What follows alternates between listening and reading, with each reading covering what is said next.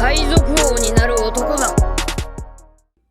What is going on, guys? It is your boy Cali Mac on the track. Now we're bringing it back, and we are back with Strad Sit Down episode 169. Ayo. Hey. Hey.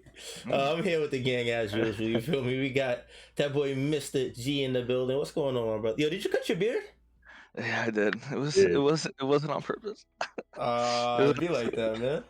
No, I know. I don't. Clean cut, man. Thank you. It doesn't look good. It doesn't look bad. All right. Well, I think it look.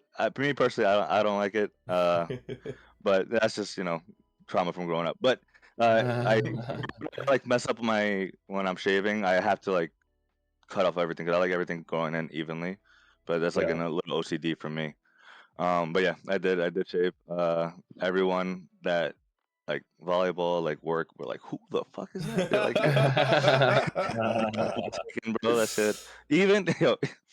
Even my dog Lola, our last dog, because whenever our previous dogs Bella and April would to get haircuts, Lola would start barking at them like she does not know who these motherfuckers are. So being at them, bro, she did the same thing to me when she saw me, bro. And she Oh, wouldn't come near wow. me. So that shit, oh man, I was like, oh, I It'd gotta be like not that mess up sometimes. next time. Sometimes a little different isn't the end of the world. I mean, it'd be like that. Yeah, no, it's true, But yeah, thanks for noticing. I was like, oh man, I was gonna wear a mask. I was like, I don't know. No, I don't look Not that the bad, man. You mask. look clean, man. Don't even worry about Yeah, it. it looks fine, brother. Thank you. But yeah, shout outs. I forgot to mention this last week because I just see Superman. I saw it again this week because I love that movie. Superman is actually tied with One Piece in a certain way because we have one voice actor that got announced for season 2. The voice actor of Chopper was actually in Superman. Michaela That's cool. Hoover, as shown in the right now, is popping up on the screen. Played Cat Grant. She was one of the reporters of the Daily Planet. She works with Lois Lane and Clark Kent, and she is actually, yeah, she was in the movie, and she's actually the voice of Chopper. James Gunn actually shouted her out when she got announced as Chopper on his Instagram and everything like that. So I thought it was pretty cool. There's a little One Piece DC, connection. So That's cool. you That's know, really cool. something Yeah, that's definitely mad to cool. shout out. Paving the way for Luffy in the DCU. Hey, you never know, bro. Nah, that would be sick. That would definitely be sick. But yeah, and also shout out to my mom. Week 2 of working out with us, so keep it going. I hope to see you again next week. So Nice. Yo, what's the actor's name again? Let me see the actor's picture again. Michaela Hoover. Michaela Hoover? Yeah. Okay, I just need it for research purposes. Just had to double check. I know. But we good. All right, cool. All right, we got Shurham Mod in the building. James Gunn was on one in that movie. If you watch it, Kelly, he said this is for Cali Mac. You'll see if you do watch it. That's my goal. I'm gonna have to check it out. Mod in the building. What's going on, brother, man? Nothing much. I just want to say shout out to my friend Dion for being an Emmy nominated news guy. I really appreciate them giving him his flowers. And also just I want to say this chapter peak, like absolutely peak. But we'll get it. We'll get more into that a little later. But sure. yeah, I'm doing pretty good. Yeah, chapter was cool. Something light. Last but not least, we got that boy YS in the building. What's up, man? I'm chilling, man. I really have nothing much to say. I'm just excited for the chapter. Yeah, let's get it. All right, let's get right into it. I guess ain't too much to say, right? This week, our boy Mr. G is gonna be doing the moderating reading, so he's gonna hold it down with the showing the pages, talking about what's going on, and yeah, whenever you're ready, Mr. Oh wait, you know what? Before anything, just a quick FYI. If you haven't watched One Piece 1136, I think it is. Yeah. 56. If you haven't watched the second to last latest episode of One Piece, you need to make sure you do that. That shit is peak cinema to the 10th power of infinity. Like, I saw everybody on Twitter talking about how sad and emotional it was. If you don't, everybody here is a manga reader, so we know that this episode goes over the end of Kuma's flashback. So we know how emotional that was in the manga. So I knew that going in. I saw everybody talking about how emotional it was. I knew all this going in, and I still was not ready for the gut punches that animation gave me. It was peak cinema, and if you haven't watched it, you need to make sure you watch it. That was it. All right, I watched it last night. and I was obliterated. I was Yeah, completely no, obliterated. it's amazing. So You don't, and you like if you read the manga, you don't have to like watch the whole flashback to catch up because you know what it is, right? Like you can really just skip to that episode if you want, but make sure you can watch literally watch it. They also in that episode they low-key try to kind of show everything. Yeah, they low-key go through everything anyway in the episode. So like if you need like a reminder, you'll get it. But yeah, if you haven't watched it, make sure you watch that for sure. Yeah. Or I'll let you guys know when to watch it. Hopefully tonight. Yeah, absolutely. All right, Mr. G, whenever you're ready, brother, man. All right, yo, let's get to it. So we start off with this nice cover spread that Oda did. Luffy, Usopp, celebrating. Looks nice. Nothing new. It's cute. Nothing, crazy. It's cute. Yeah, All right, let's get to what we really here for. Yeah, we here for the meat. Well, that was crazy. Oh my God. Like the meat of the chapter, you know what I mean? Like the meat of the chapter, you know what I mean? Kelly with the rebound. Yo, you feel me? There's no way you didn't do that on purpose. No, I promise you I didn't, bro. I said it and then it just went off. I'm like, oh shit, I fucked up. Oh shit. All right, so we have One Piece chapter 1155. The Rock Pirates. Starting off where we left off from the last chapter, we had the Rock Pirates. We have X-Bag Rock, Whitebeard, Golden Shiki, Stussy, coming to Elbath and confronting Loki, and Rock's asking Loki 2 questions. 1, are we in Elbath? 2, where is King Harald? And so we are here. Loki responding back saying, yes, we are in Elbath. But my dad's not here, he's on an expedition. And then he also remarks about the fact that this is the first time he actually sees humans. And he's like, they're tiny, they're puny. Psh, fuck out of here, Get out of whatever. And then someone's saying, I don't know if it's Whitebeard or Stussy, because, Whitebeard with the kids and stuff. But it's definitely Stussy saying, like, yo, he's adorable. I'm about to say, there's no way that's Whitebeard saying you're adorable with the heart on the caption. Like, what? Yo. The heart emoji? Nah, no way. That's good. So Stussy saying that, and then Rock's comments like, oh, wait, did you say Harold's your dad? And even on an expedition, Harold Rock mentions that he still can't get in touch with him. So he asks Loki what's his name is. He responds, my name's Loki. And he's like, okay, so you're gonna do this. You're going to go back home and you're gonna get someone to contact your father and tell them a message for us. Loki is gravely wounded and returned to Elbath at once.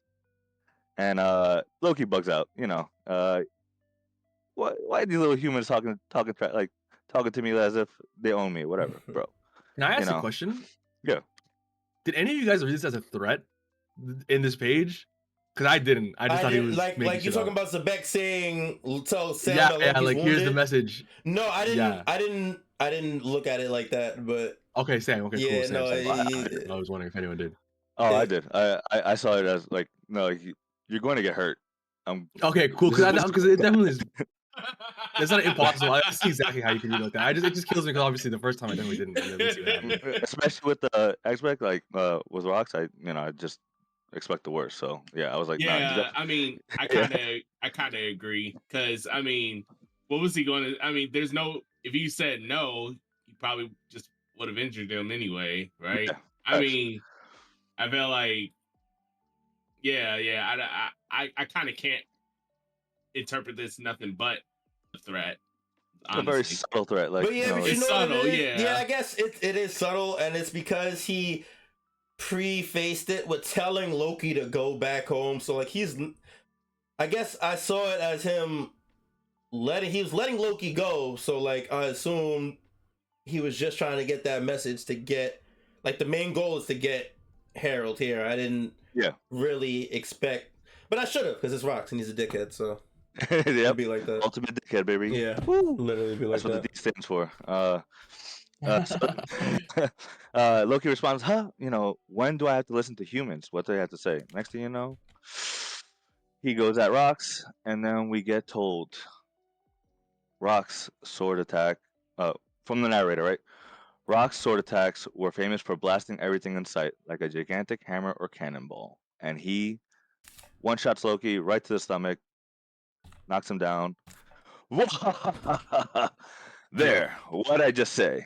Loki's gone and gotten wounded. And this man had crossed Harald's path before, which we go back into when, because Harald mentioned before that he met a man because of an incident, right? Because we found out that the admiral was killed, and we didn't know. Did we? We already knew who it was, right? Did we? No. Did he tell us who it was? No. No, No, we don't know who it is yet. So we're gonna find out who it is and what happened for the most part. So we go back to Rivery 1 year ago.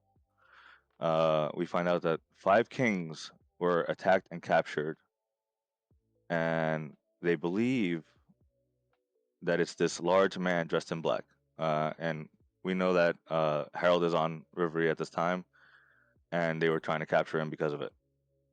We then see Emu talking about saying the lives of kings are no threat to Mu, and then someone responds saying, I suppose not, but your holy land is in panic. And we see a picture of Rocks with a gun in the chamber of flowers of the Holy Land. The narrator responds saying, in a historical anomaly never repeated before or since, someone infiltrated the chamber of flowers at the very core of the Holy Land. And I just want to stop here because we see Emu, Rocks, and we see a third person. Is that Gunko? I wanted to It ask has you to guys. be. It Has looks It to has like to her. be. It has to be. the Yeah. eyes, everything. It has to be so- her because the eyes and also her appearance is the same as when Emu takes over on Elbaf. It's not the Okay. same as when she was with Shamrock, which is interesting to me. Like her hair is way longer, so I just find it Mhm. interesting. Interesting. Okay. Bro, I turned to this panel. I think because I read this in a call with my friends. I think I closed the Discord call when I saw Rocks in this room. Oof. Yeah. I was just shocked. I Because- mean, that Yeah. it's crazy. That's It's definitely crazy, crazy. It's definitely because crazy. I remember from last chapter there were theories, right? Theories that that not Harold, but Rox was a king, and that's how he was able to get into The the Reverie. Holy Yeah. Land, the Mhm. Reverie and stuff for that time, and basically a king that went defect. But based off of what we see here, he was not no king. This man just invaded and went as far as to just Emu's quarters. Like I mean, that essentially. Yeah. that's insane, because you gotta think that means he got past the Gorosei, right? You snuck past them somehow. Yeah. Yeah. You got further Yeah, than the like first we saw with Sabo and King Cobra. And you know what's crazy is that when Sabo was infiltrating, he actually heard guards talking about a secret room that people have never really seen. he They did. just heard of. Yes. And it's this room and now obviously we know we've seen Ewan's room before. It's not the first time we've seen this room, but it's just crazy that like this thing Rocks did it, bro. yeah, no, this is absolutely insane. And here's the thing with Sabo and the Sabo situation. Emu wasn't in their quarters. They came out into Yeah. like the The king's throne chair and room, just yeah. sat, the throne was just sat in it. This man is in Emu's quarters where the flowers are and all that. Like, I'm like, yo, he's just here. He's Dude, just here. Like, Yeah, no, So- it's so- insane. to me, that's like showcasing a few things, like a form of devil fruit that we don't know of yet, right? For him to be able to get there, or his speed. Like he's just like super like fast and like sneaky or whatever shit. Like the fact that you get past Goroseis, because we know Goroseis are around, and like everyone like this, it's a secret layer. Like how does he already know about it? You know what I mean? So I think that's it's my big definitely a lot of question. questions. I think that's my big question there. Like he came here with a plan. Like he was like you don't just stumble into this place, especially with what he's talking about with Emu, right? Like he was like, yo, my goal is to get here and kill, usurp, capture this person, Emu. Like, how do you know who Emu is? How did you know this room exists? What do you know? What has brought you to this point? Yeah. And I don't think we'll find out in this flashback, but I'm very curious No, definitely. who this definitely. motherfucker is. Yeah. All right. All right. So let's continue. So they say, yeah, someone infiltrated the Chamber of Flowers at the very core of the Holy Land. The man described himself as a worshiper of Davy Jones. Oh, this is definitely different from TCB then. He did not do anything more than this, as he knew he could not. But before he departed, he left a warning. I will be back right here. Oh wait, And so I called that shit. I definitely. Oh my bad, Mister. I didn't mean to. I definitely. When I read the TCB, they called Blackbeard Davy Jonesian, and Yeah, that was a dog shit translation. yeah, everybody. Yeah, I guess it was more translation than anything, because a lot of people assumed that it was a race of some kind.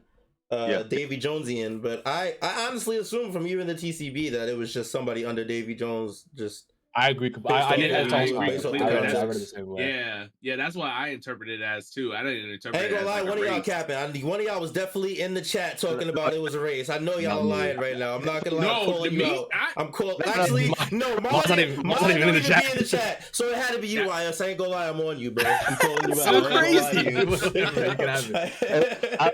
You can have it, man. when I first saw it, David Josian, because like the ending with that Isian, or, Polynesian, whatever, like Italian, like that comes off as a race, like so like at first for a second I was like, damn, did they just tell us what what Oh the wait, so it was you, he Mister. was? Yeah, it Oh was me. It damn, was my me. fault, YS. My Yeah, bad, man. Callie, Yo, my bad. Hey, Callie, he like, I'm on you, YS. I'm on you. You can't rewrite history in front of me. I was nuts. I did for a second. I did think Yeah. it could be another race, maybe another D clan that we don't know. Like there's 2 D clans or whatever. But clearly that is not the case, because even in the TCB, he mentions like, oh, it wasn't time yet. Which I thought was very specific. But in in the official translation, he's not saying that. He says there's nothing more I could do, and he just left a warning. So, because I thought the time thing was imperative, because what we know about when Roger got to the One Piece, right? When and he was like, "Oh, I'm too early." So dealing with time also. So like, was Rocks also waiting for Nika? Like Gear 5, just like Shanks was waiting, like to make moves. So that's why like it took me there when I saw those like words and stuff like that. But clearly that is not the case. Or I mean, it still can be, but I think there's still like hope for that. yeah. Yeah, I don't know. Because as he knew he could not line, I feel like at first it reads like you just can't fuck with this nigga, like you're just not strong enough. Mhm.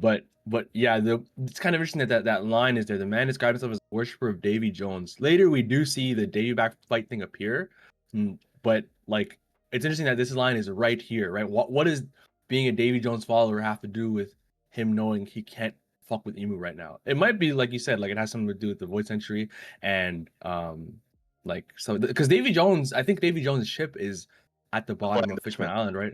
Yeah, It's Flying Dutchman. It's where it's Vanderdecken's lair, if I'm not mistaken. Pirate mythology and lore, Davy Jones has the Flying Dutchman there under the sea, like, and because the Sea Devil cursed them to be under the sea and like take all the treasure. Yeah. You want to hoard Yo, all the treasure?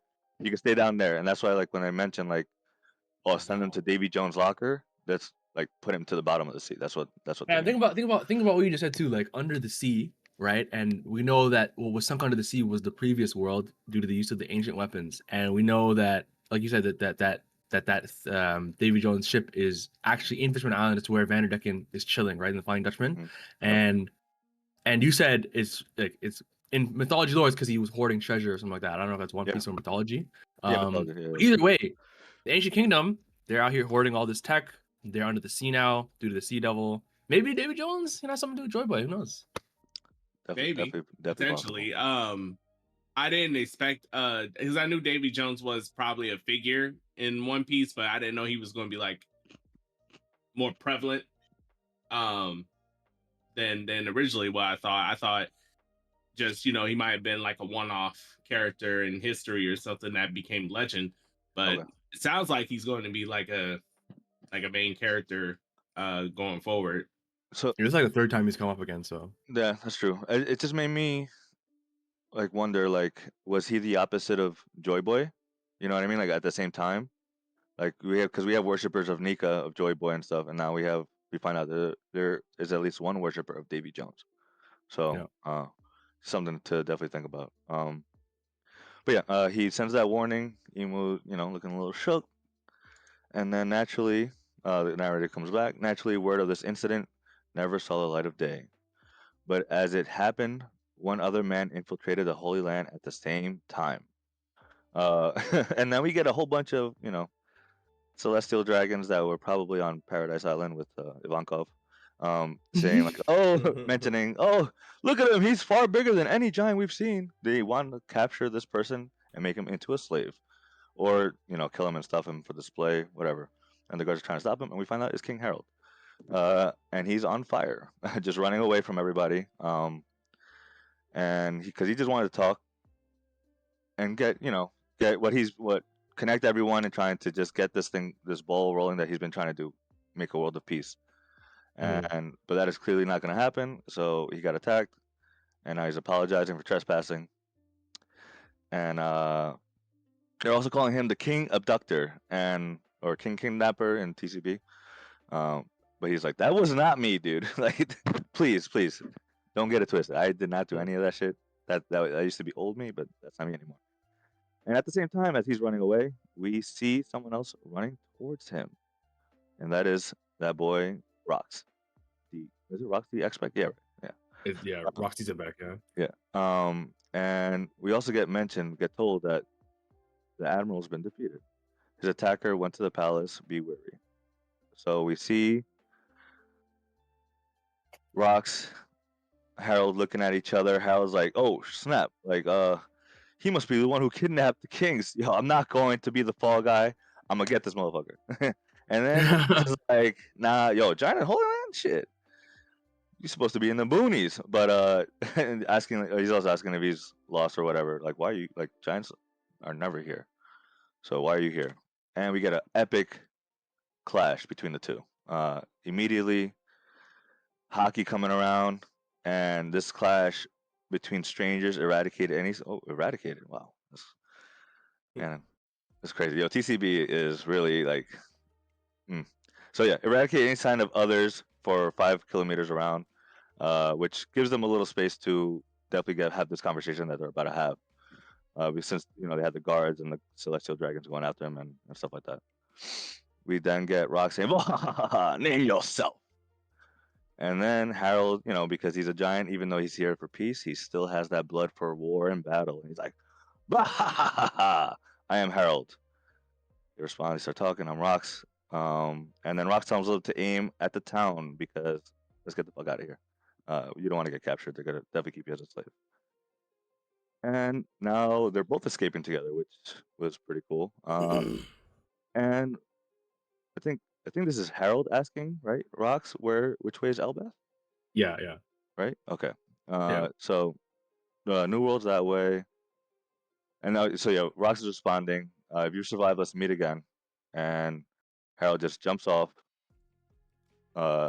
Mary Joa, and Rox was a little shook. He's like, yo, he's just jumping off? That's crazy. But we then get the narrator letting us know what else happened. So I shall read that. The Navy Admiral that Rox had just struck down perished of his wounds despite emergency measures. After his many crimes of the day, Rox's name was launched into infamy, and his deeds stunned the rest of the world. Sometime later, going to a whole bunch of stuff. Sometime later, he attacked a ship laden with heavily tributes en route to Sacred Mary Joa. Not only that, he destroyed the Gate of Justice and fled once again. With this ship and money as an initial base to work from, Rox dove into the pirating business. His activities were always hostile towards the government, but his first target was actually another pirate ship. You guys want to talk about? Should I just keep going, or should I stop here? So one with that clash with Harald and Rox, I wanted to know, like, why Huss? Do you think that was Conqueror's Hockey? Because it did. 1,000%. Like, you think so? Okay. Only because I just want to. I think the second panel is much. Oh my god, we're really doing the stupid ass fucking signs of Conqueror's Hockey thing again. I think the second panel is like the separation. It looks a lot more like they're not really touching. like the one in the bottom. Yeah, So yeah. I think, and also like it makes sense, like all the sense in the world for Rocks to have it and Harold to have it. It doesn't. This doesn't. Yeah. This works to me. Yeah, I agree. Okay, because I thought it was, but I just wanted to know if I was tripping and stuff, because you know how Oda is and stuff. So, Yeah, but whenever I see these clashes like this, I just think of like when Whitebeard Roger clash, when Kaido and Luffy clash, like so I just put that up on that level. So Yeah. I would think that they would both have Conqueror's Haki, personally. yeah, It definitely looks that way. And this scene is crazy, right? Because like he just comes off of obliterating an admiral, Mhm. after getting all the way to Emu's chamber, and he's just scrapping with Harold like it's no big deal. Like he fucked that admiral up. He didn't even break a sweat killing that nigga. Like he's chilling, bro. Yeah. He's Yeah, he he's at is full chilling. strength. Like this is crazy, bro. So both these guys are Harold impressed me here, which is crazy to Yes. say. Like they both impressed me. Yes, definitely. Straight Holding his up. I mean, he like the fact that he's clashing with Rocks he's having an even clash with Rocks is amazing. Yeah, it just makes me wonder, like, how did Rocks beat this admiral so easily? Like, did he just sneak him, or or I mean, he doesn't show any signs of having the Yami Yami fruit, right? Because we know that could nullify devil fruits. But what if this admiral didn't have a devil fruit at the time? It's just so many. Honestly, it makes sense that he could defeat an admiral because the admirals are trash. So therefore, it would make sense. You know Which what is I'm the saying? the title of the YouTube by Cali Mac is Admirals in the Mud, and I definitely think Rocks is just a demon.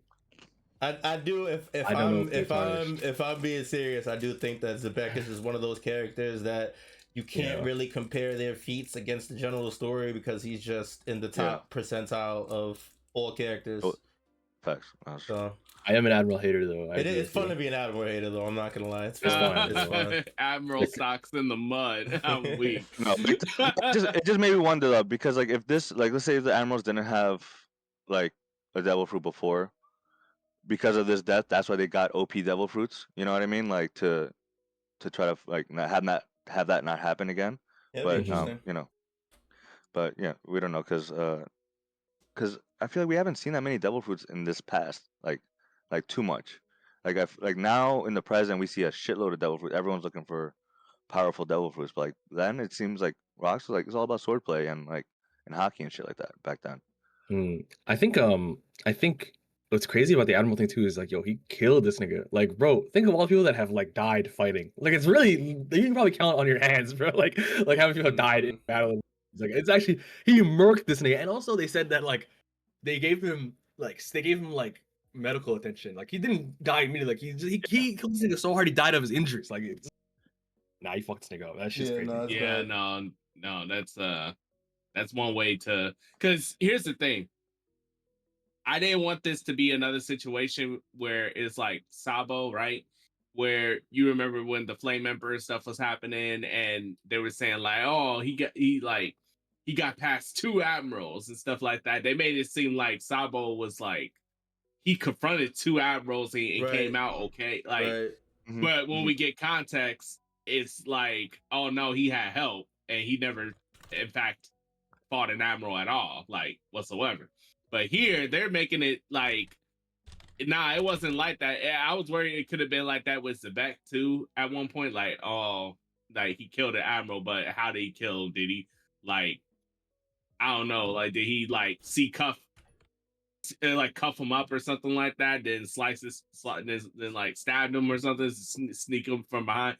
But they making it seem like no, he engaged with this dude and just got tore the fuck up. Like, Yeah. so yeah, I'm actually kind of happy. Not, I mean, I'm sorry about that about the admiral dying, but like, you know, I got I got an agenda. My fault. I got an agenda to keep. I got an agenda to keep. I'm in the ground again, bro. Like that shit. I'm also curious as to who the emerald was. And if we'll get that information later on or something like that, or from TC, not TCP. SBS? SBS or something. Maybe, yeah. Yeah. Well, that'll probably be a SBS thing, most likely. Yeah. And then also the fact that we get told that he's attacking military ships, taking their some cargo, some ships, and also the money to start the Rocks Pirates. So that was interesting. And My the overwhelming poster. opinion. Oh, sorry, I did not mean to cut you off. No, go ahead. My overwhelming opinion of Rocks is this nigga is so real. Like he is not shook of anything. He's not a snake like Blackbeard. Like he doesn't do shit underhandedly. It seems like he just does what he wants, and he just takes stuff like in terms of like, oh, I'll fight you for it, brother. So yeah, it's like he literally just robbed a whole ship. Are we gonna talk about the elephant in the room of the bounty poster? A bounty poster. And because I know someone here was like, oh, I don't know, but this bounty poster looks like someone. Yo, Callie, do you know whose bounty poster this looks like? Oh no! Wait, I'm lost. I'm not gonna lie, I'm dead ass lost. Wait, what are we talking about? Rock's bounty poster on the right side. Does his bounty poster remind you of anyone else's? Let me bless you, bro. I'm not gonna lie, bro. Like I don't know, and I feel stupid, bro. Like what am I supposed to know? I'm not gonna lie, bro. Look at the Discord chat, brother. Look at the Discord chat, bro. I got you, bro. Look at the Discord. I'm showing the thing on my stream right now. Oh, you can't look at it? I'll put it on my screen. You'll see. Boom. Yo, get this shit off my screen, bro. Look at this shit, bro. Look at this shit, bro. You gotta open your eyes and look at it, bro. I'm sorry. Get this shit off my screen, bro. I'm sorry, bro. I'm sorry, bro. Yo, there's no way, bro. Hey, Is that what people sorry, say? bro. Is that why people have been saying? Is that what? It's not why. It's just supporting evidence for a lot of people. There's more evidence in this chapter, which is why y'all were saying it this whole time. I'm not gonna lie. I thought y'all were just still on. I thought y'all was just still on from last week or whatever, bro. No, this chapter definitely added some more to it, bro. That was from last week. Last week we were saying like there's the theory that he's like the father of also Buggy. Hey, you shut that shit down, bro. Bro, this nigga is with the not quickness. Buggy's dad, bro. I'm actually mad when he even did this bullshit, bro. Like, why would he do this shit, bro? Why would he do this shit, bro?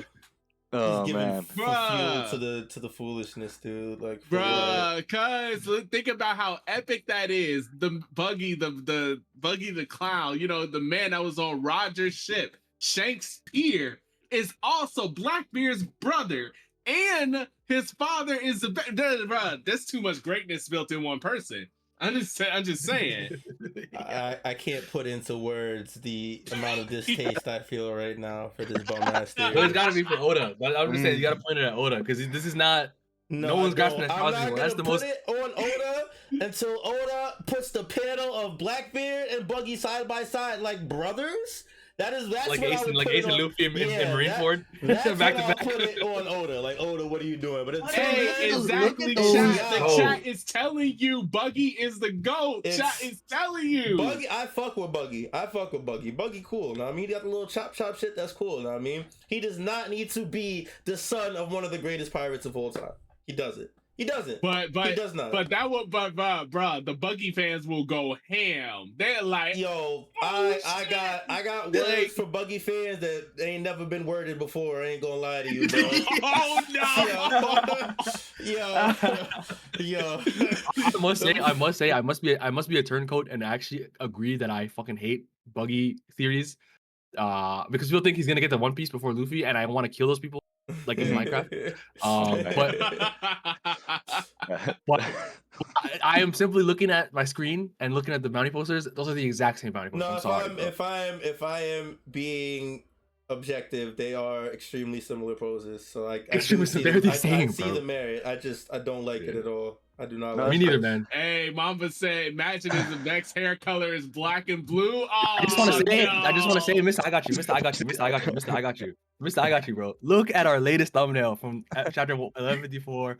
The agendas are being pushed and they're being rewarded. Yo, you know what's the craziest thing? I saw that thumbnail from our last video and I was like, why is his hair blue? Like, did they show that or something? Yo, Mister was pushing agendas and he's rewarded in this chapter today. Yo. Shout out to our artist, Mister. Shit. Yo, man, Oda, I swear to God, if you do this shit, Oda. Yeah. So it just made me think of a few things, right? Because we have the twins with Shanks, Shamrock, because in Star Wars that's a big thing. Like twins is a huge thing in Star Wars, and I know Oda has definitely has influences Yo, from bro, I somewhere. know you're not and about to whatever. say these fellas is twins, bro. Wait, hold on. Yeah. No, they're not old enough to be. That's one example, right? But in DC Comics, when Darkseid, greatest force of evil, was having a raging war, a cosmic war with the High Father, which is the greatest force of good, the only way that they stopped it was by swapping their sons, their firstborns, and like they swapped, and like then they went and they just chilled and went on their own ways until other shit started happening, cosmic events, whatever. Superman came along, whatever. But it just made me think, like, what if Oda is also doing something similar to that? Because when we first see Roger going, we don't see Roger going after rocks. We just see the conversation. He's like, "Wait, rocks," or something like that. It didn't seem like they were fighting at first. Like it seemed like Roger was trying to talk to him. So I'm curious as to, like, was there an agreement? Like, we don't know. Like we don't know exactly what happened. We know that Rocks was defeated, but Figureland was there. Rocks, Garp, Roger. Like, we've seen Roger entrust his son to Garp, and we've seen them in other ways. So like, what if the same thing happened here, where like Rocks had to, like, all right, you give up your son to Roger because he's a neutral party. Figureland, you give up your twin son to Roger as well, and we'll see like what happens, like, and then just go our ways, and then that's when like destiny starts happening, like because Buggy, this dude is falling into everything, bro. This dude fell into a warlord. He fell into becoming a Yonko. Like it's crazy because this dude is definitely destined in some way. And Shanks, we already know that he's been called the child of destiny. So it's just something to definitely think about. So that's where my head went to when we started, because I didn't believe in the whole Buggy being a brother of Blackbeard. I'm not gonna lie, but then like last chapter and this chapter, there's some merit to it. But I know yeah. Callie's in his head like, oh my god.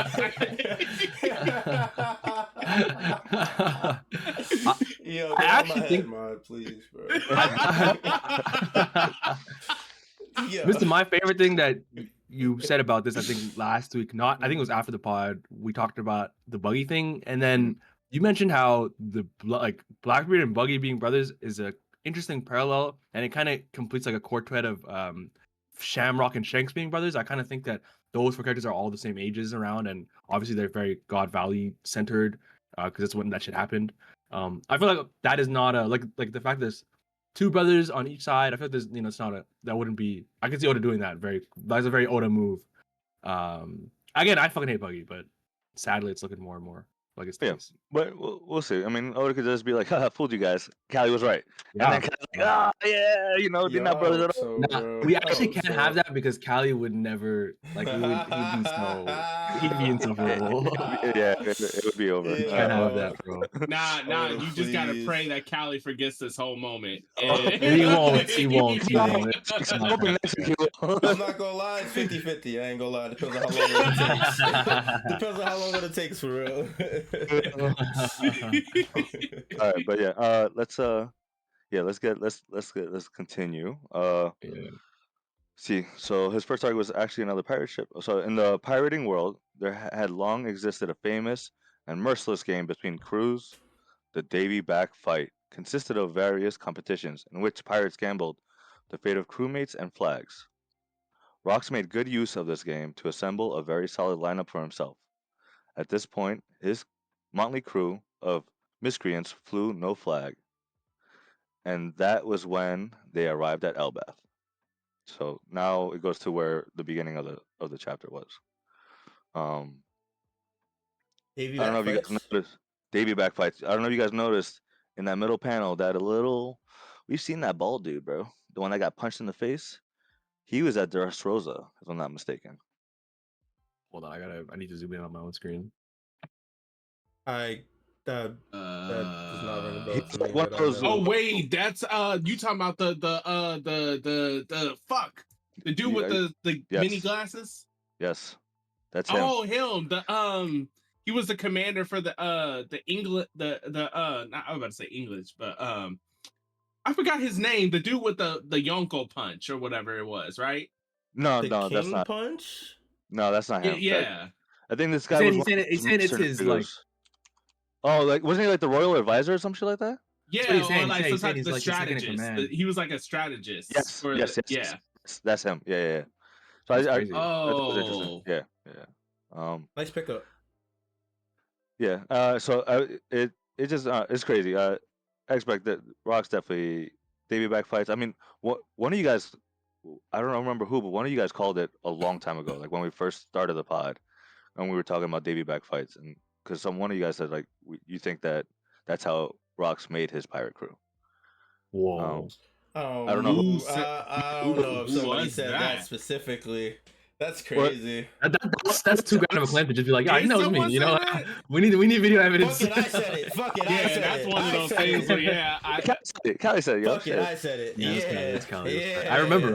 I was there. It would make sense though because he is a worshiper of Davy Jones, and this dude is all about power, like getting power, forcing people. Like the Davy back fights was forcing people to join your crew because you just had to uphold that competition. You know, it's just how it is. Did So it Davy would make Jones start the Davy back fights? most likely. I'm assuming so, right? But It was like mentioned. It was mentioned. They mentioned Yeah. him in that arc, Long Ring Long Lad. Okay, so it's Robin is telling Chopper. I think Missy, you think you sent me the picture. Oh, right? I did actually. Yeah. Is it? It's on the. It might be in the Twitter, the Twitch. I don't think you're gonna find it. Sorry. Yeah. Oh yeah. I do have another picture I want to show Callie. Pushing the buggy agenda. Oh brother. All right. Well, real quick. I'll show it right now. Oh nah, I don't think this is. Cal, you see this picture from the anime? Oh no! I've seen so many times. Why do you call me Jiro second son? Because he calls him Buggy Jiro. Yeah, Odin calls Shanks Red Taro for first son, and he calls Buggy Jiro, and then Jiro means second son. And it's like a throwaway line. It's like, wait, Oda's like, you never know. What is second son? They're saying he's the second son of. It's like because. But he wouldn't be the second son of anyone. He'd be the. Oh, I guess second son to Blackbeard, but like they wouldn't. Blackbeard's first. How would they even? That seems so arbitrary. Arbitrary in the sense. In the sense like that how would anybody on the crew know of Blackbeard and his lineage? I don't think anyone saying Odin knew this. I think it's a joke about his relationship with Shanks, but Oda is like knowingly making like a meta joke. Like you guys don't even know what I'm fucking talking about right now. I don't see this one. I ain't gonna lie. It's a meta joke because it's a joke within the joke. Yeah, it's I understand the meta aspect of it because of the information that we know, but I don't see it that way. If let's say that the case is that Buggy is related to Blackbeard and he's Zebek's second son, then Oda obviously knows that when he's writing. I feel like that's such a like you can't make that joke and not, you know what I mean? Like I think, but that's if this proves true. I think y'all moving like Luffy right now. A little stretching going on. Gum, Buggy Jiro. Gum second son. Oh shit. All right, but yeah, all right. So we finally, we see. I don't know who was talking to. Oh, is it Rocks talking to Whitebeard? In the panel, they said they've got. I think that's Rocks. Oh, that is Rocks. Okay, Yeah, because so he's talking about Harald. Yeah, he's talking about Harald. Now you're right.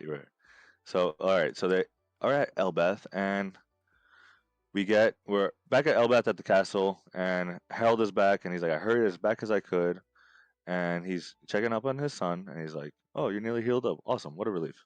Thank goodness. You're such a strong boy. But you should stay away from the underworld. You're lucky you only fell from a cliff this time. There are plenty of other dangers that could befall you there, which remember, I know I asked this last week. Do we think that the guards told Harald what happened to Loki? This answers that. No, they didn't. They didn't tell him that he was thrown as a baby, like literally just born, thrown from the castle all the way to the underworld. Yeah. And climbed back up. So Harald is very delusional in this sense, and makes me a little upset, but it is what it is. But Loki's like, I can't believe Dad actually came back. Is it just a coincidence? Just doubting himself because this kid's never felt love before. So that line made me really sad. Yeah, no, it's true. You're always doubting yourself, like, oh, like Hey, He's not here for me. Mister, real quick, your mic is like Yeah. kind of going in and out. You want to probably keep it like at one position, close to your mouth. Okay.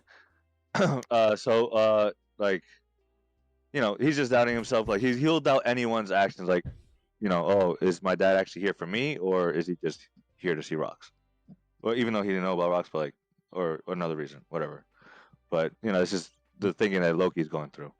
This was another scene in which me and my boy BCAJ were reading the chapter, and then my nigga said, "Yo, we can't let Cali Max say anything about Loki ever. Every time we feel bad for him, Yo. it's like, yo, fuck Cali, bro, for never dissing this nigga." It happened again.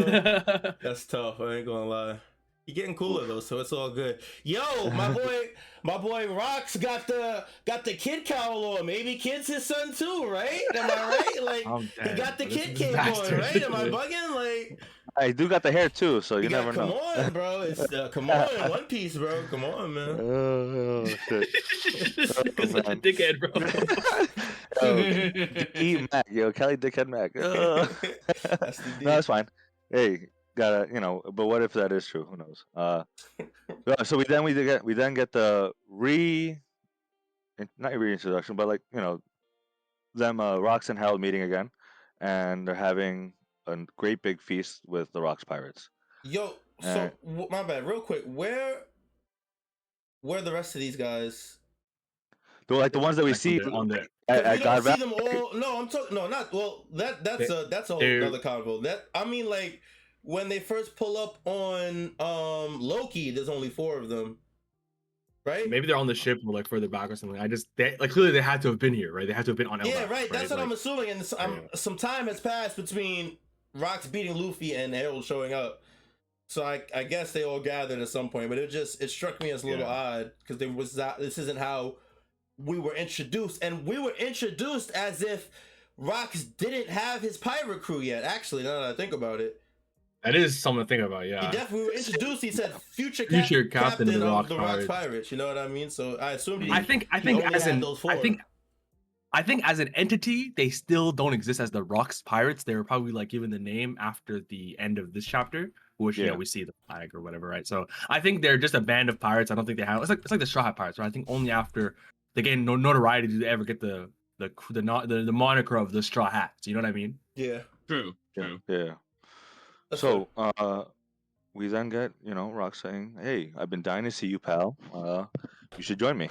He just wants Harald on his team. I knew, by the way, in the middle of the chapter, like he's gonna ask him to join his crew. Mm-hmm. Makes sense. Once you see the interaction between the two, it's definitely Like these rocks are to be close to him. Yeah. Especially when they escaped, like they attacked at first, respected each other. Like, oh shit, this guy's strong. Word, mutual respect. Then he also mentions what I thought was interesting: the world government's not going to hear you out anyway. Didn't you learn that the last time we saw each other? Like, let's just team up, bro. And then we get a mention. We see the rest of his crew right now. It's a band of infamous. Oh well, Harald doesn't want to join. Harald already says no. I am not joining you guys. You guys are evil, infamous. I'm good. I'm trying to make peace. I want nothing to do with you. By the way, he says that as he's feeding them, and then it is interesting. Yeah, he's nice. Feast. Even though he doesn't know that Rox is the one that attacked his son, he's still going to be a generous host and give food to everyone and stuff like that. Harold has definitely changed a lot since when we first met him, which is pretty cool. Woo, okay, so they're talking to Harold. Everyone's just commenting about how big he is, bigger than usual. And Harold mentions, hold up, sorry. He kind of just goes ham about like, yo, you guys are warriors. You guys are Elbaf, man. What happened? It's all this peace talk, man. It's like, yeah, you're warriors. You guys just forget about the peace shit. Like, let's just break the shit. Join us and let's destroy the world. And Harold is like, now it's ancient history. Elbaf is changing, and Rox is like, people's nature doesn't ever change. I know that fighting blood is in your veins and it's bubbling over. And Whitebeard's just like, we just want to eat, bro. Like, let's just chill out. Let's just chill out. And then I thought it was interesting that Harold goes to the crew and he's like, If you people follow this man, only disaster awaits you. And we get a response and introduction to his crew so far. We get Shiki, future Golden Lion.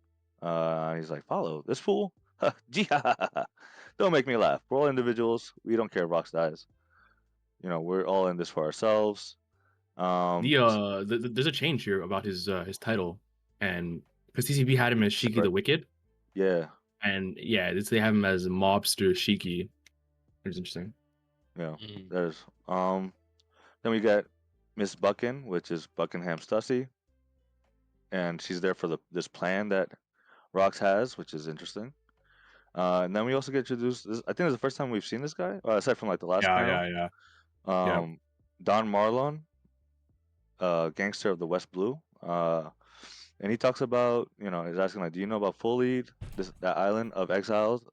They call it Pirate Island. They ship out all the hardened criminals there that countries can't handle.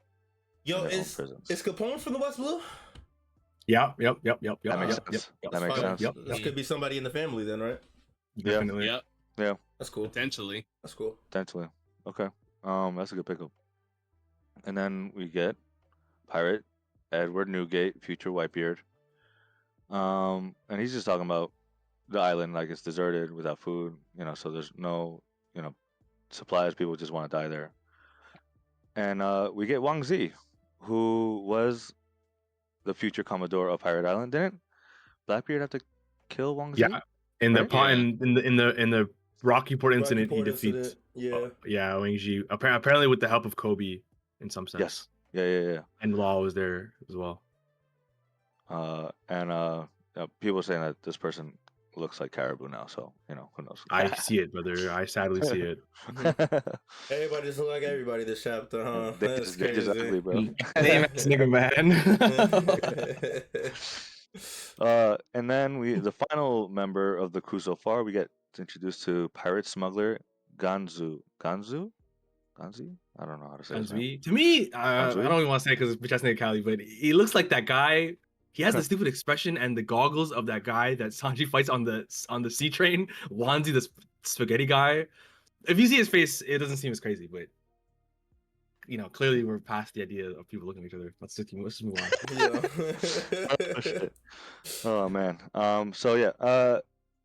And they're just talking about this island, the pirate island, and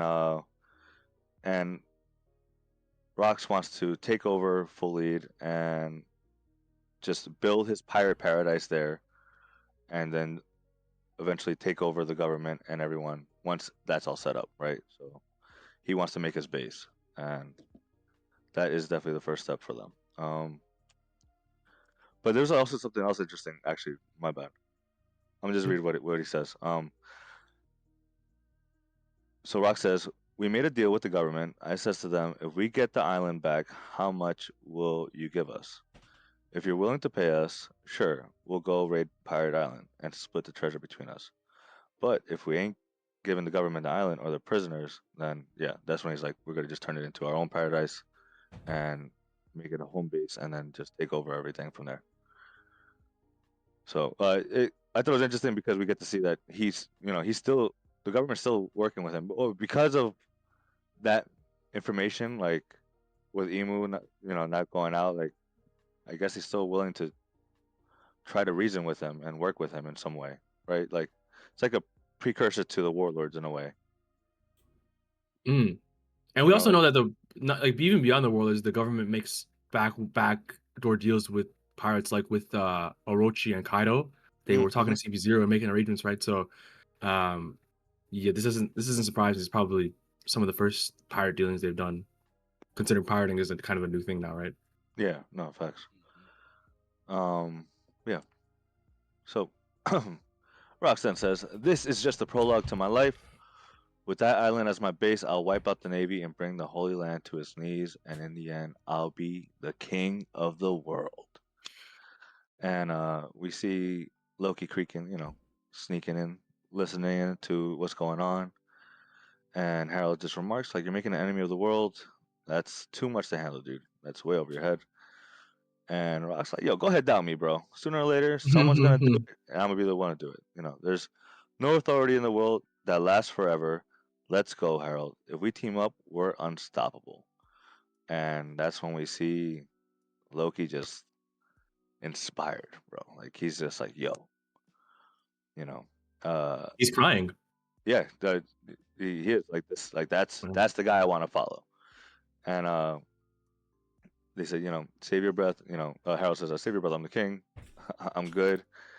And Rock's like, oh, you think I care? Let's go and take over the world. And Loki remarks, the world, like that vision of taking over the world is something that definitely hits Loki deeply. And then we get the narrator. And the next thing Loki knew, his outlook on life has been saved. 4 years later, after Harold ignored repeated invitations, Rox finally carried out his plan. The formidable lineup that joined them caused the world to quake with terror. Let's get going, boys. And we see the Rox Pirates flag with the Jolly Roger. And I'm assuming they're going to God Valley. I want to say this is kind of the start of their legend. This is 48 years ago, if I'm not mistaken. I feel like this is like raising the curtain on the show of the Brox Pirates. The next 10 years of their dominance on the pirate world. Fair. Because it is a long time from here to then. So I do think Yeah. in the 4 years before, like after they left, I think that's when Loki asked to join, and that's when he got stabbed up by Rox again. I don't think it's happened. I don't think they're gonna time skip that. I think we're still in the Loki perspective of Rocks, because one, I don't think they're going to Gaba. I think they're going to Hachinotsu. That looks like Hachinotsu. You're right. Oh, yeah, you're right. That's a good call. Yeah, God Valley incident is until 38 years prior to the story of One Piece. Because Roger's story was 20 years prior to his death, was 22 years prior to the story. Rocks and God Valley was, I think, 38 years prior to the story. If this is the 48-year mark, I think they're trying to get Hachinotsu. They're trying to enact that plan. Because this is oh, go ahead. I was gonna say, I was gonna agree with you. This is literally like right after they grab, like you can see them going towards Pardon in the second last panel. Yeah, because by the time God Valley happened, Rox was already the leader of Hachinotsu. He was already you're right. Yeah. So also and it doesn't look anything like God Valley anyway either. So I was definitely wrong on that. Also Loki, he yeah, we're still in his flashback. I mean, we're still in it from the Loki perspective, so we're not I don't think this is it. I don't think that all that happened yet, because I'm assuming it looks like it's gonna be like a little time skip to where Rox. I doubt we're gonna see Rox capturing Pirate Island or like the details on all of his adventures, because like you said, this is a Loki Giants flashback. So I can see it coming back to maybe a few years later, him trying to come back to recruit Harold, and now Loki's older and he wants to, join the crew, and then that's how they get the fight to happen or whatever. Right, exactly. Okay. Yeah, stuff like that. Yeah, I think that's where we're at, because once we are done seeing what Loki can perceive from Rox, that's when the flashback will be over. Because it will be no longer. Oh, not flash. Sorry, the flashback won't have to necessarily be over. But Rox, the Rox yeah, aspect, right. The Rox Rox aspect will be done. Right. Yeah. Definitely some interesting stuff. Yeah, definitely. I love getting history in One Piece, like learning more about the Rox Pirates. Man, we've been asking for it for so long. Yeah, and we're finally getting it. Yeah. I just want to say that Rox is actually pretty dope. The fact that like you really see that D clan lineage or that D clan trait, it really do exist within these guys, because the way he's talking to Harold, he said he reminds me of Blackbeard, he reminds me of Luffy, he reminds me of Garp. he reminds me of, like all these guys, because I don't know, they have a way with like making people feel inspired, as you know, he's indirectly did with Loki, because he was trying to do that with Harald, but he did that with Loki. um so it and it's just the way he's talking to him, the way he's saying like, I'll be the king of the world, like no one believe in me now, but just wait you see, like it has that little inspirational, I'm against the world but watch me prove everybody wrong type feel. Like Yeah, that second last page had like aura. Like I know that word is kind of cooked, but like that second last page, as he started really getting into, he's like, "This is the prologue of my life. I'm gonna do this. I'm gonna do that. I'm gonna just take over the world." I was like it's almost like it has a gravity of like, yo, like, and it kind of like I feel that he might actually do it, right? So I completely agree. I felt like he like stole the show in the second last page. It was an amazing. I felt the power from it. It was sick. I completely agree I with you. felt it too. It was like, damn, these D guys, they know how to make you think they about to do some shit. Yeah, Like, I got swept up in what he was talking about. Yeah. I feel like just the paneling is dope, man. It was dope. That boy Rocks D's are back in Yes, action. sir. So I definitely think we He's see very him. I cool. definitely think we see him next chapter, but I don't think we see him beyond that. I'm gonna be honest with you. Yeah, I think next chapter is I probably the closure to the Rocks aspect of the Loki flashback. Don't you have a bet with yeah. Blackhawk? Hopefully he doesn't, right? No, but Wyas had reminded me as I was having that conversation that we still didn't get the interaction between Loki and Rocks, with Loki asking him to join the crew and stuff, and I was like, you know what, you're right. So they have to include that. So I'm assuming the way it's looking is, it looks like they're gonna show that next chapter, and then that'll be it, because this is moving. Like this whole flashback has been jumping decades at a time. Like it's not on some crazy slow shit. And we're almost at the point. We're almost to the point where we're caught up to the incident, right? Because yeah. So yeah, we are closer to like that point than the beginning of the flashback, which is 100 years ago, right? Like we're like way closer. And yeah, I agree with you. I'm actually like, I think that this kind of might just be Loki's whole obsession or admiration for Rocks. It might have really come from this moment, because I think this moment is really, really huge for Loki in the sense that he went from literally just this chapter alone, he went from being a sullen, like no hope. I mean, he literally tried to end his own life, right? Like last chapter, like to seeing what's possible and like how you can turn your kind of misery into, oh, he's like, yo, fuck everyone else. I'm not. And he kind of doesn't agree with his dad's ways of trying to mend relationships and trying to connect with people on some soft shit. You know, he's like, no, man, I'm gonna do things my way, which is the way Rock's kind of highlighting from. I'm gonna be king. I'm gonna take what's mine. Right.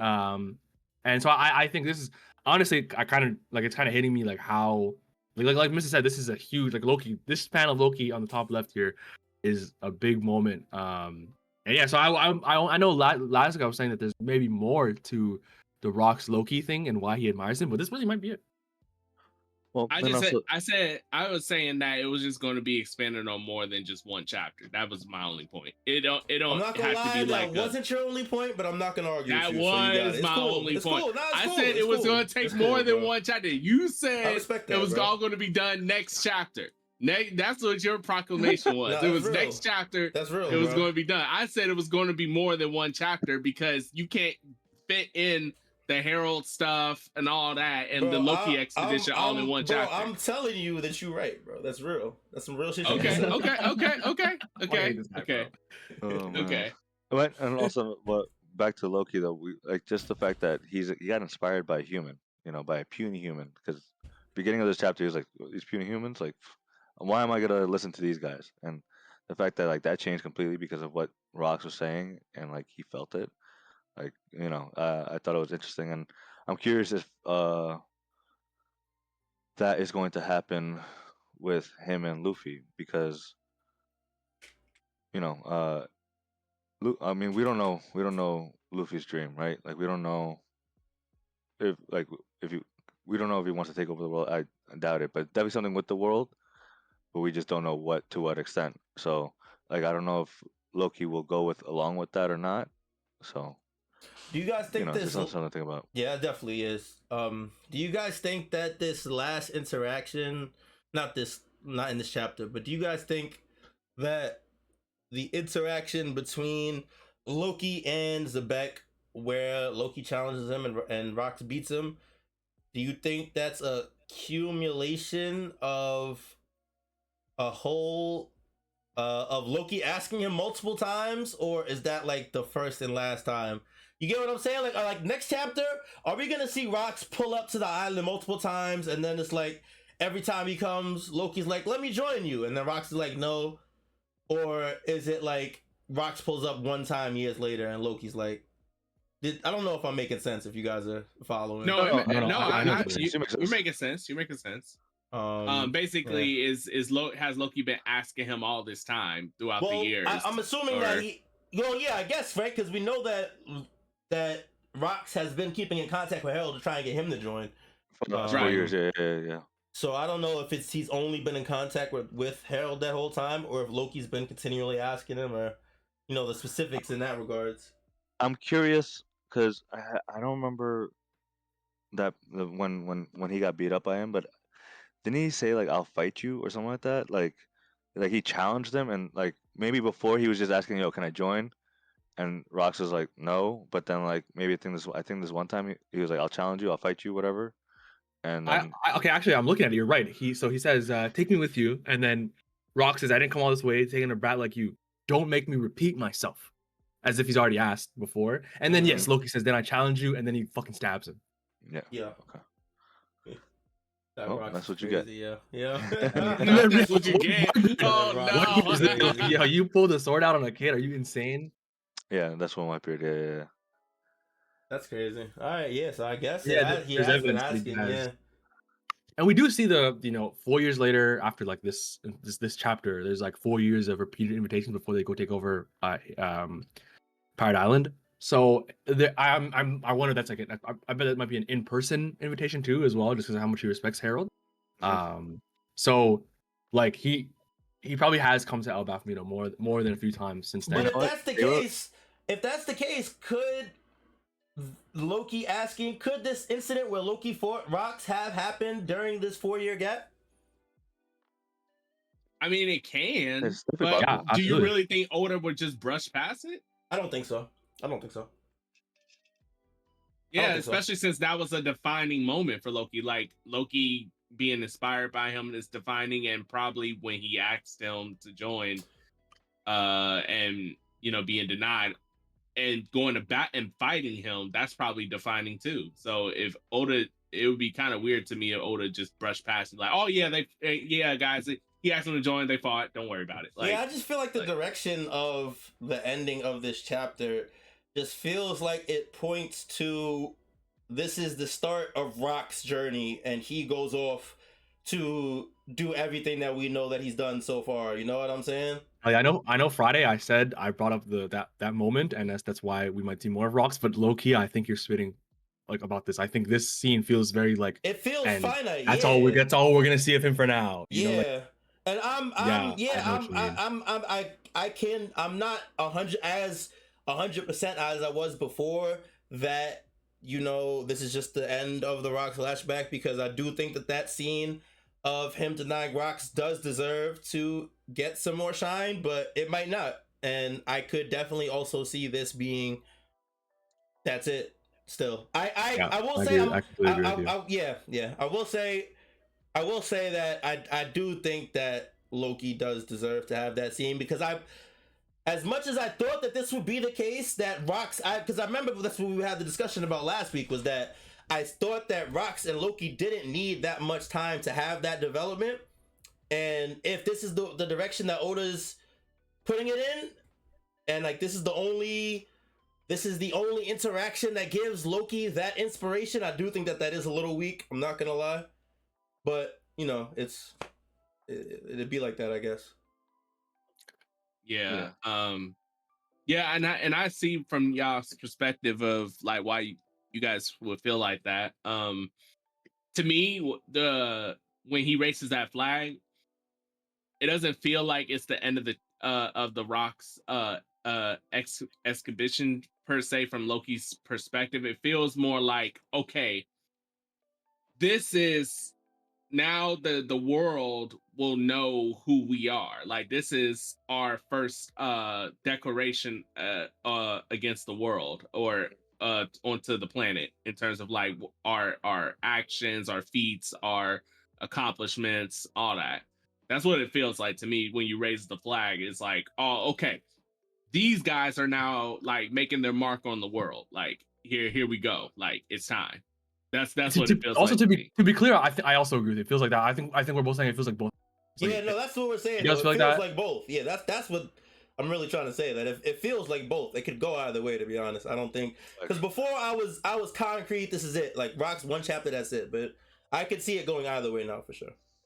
And honestly, I I feel think it. not even the case that it could go either way. I think like it could be both those things at the same time. I think it could be like, I think it is that. Yes, this is the beginning of the Rocks. Like I said, it's the beginning of their 10 years of, like tyranny almost over the pirate world. It's Yeah. their domination as the #1 spot, the strongest pirate crew ever, as was said in 957 when we first hear about the Rocks pirates. And obviously based on the personnel, we know they probably are the strongest pirate crew ever. So yeah, and I think also I agree with Kelly. Like I'm like, it's me and Kelly, I think, moved in this like opposite directions towards the middle of our polar extremes last week of like, no, there's gonna be more about Rocks, and he was saying no, Rocks is done at the chapter. I think we're both in the middle of like, it very well could be both ways. It could be, but yeah, no, definitely. I do think Rox was using Elbeth as kind of like a base, since Harold was cool with them, for those 4 years before they went, getting their crew stronger and everything before they went to Hachinosu to go, take You it think he over was? and So you stuff think he like was that. staying at Elba? I mean, he had a warm welcoming. Yeah, Harold it's fed actually him like and had them going back all, and forth. gave them all a Yeah, feast and whatnot. So I don't know.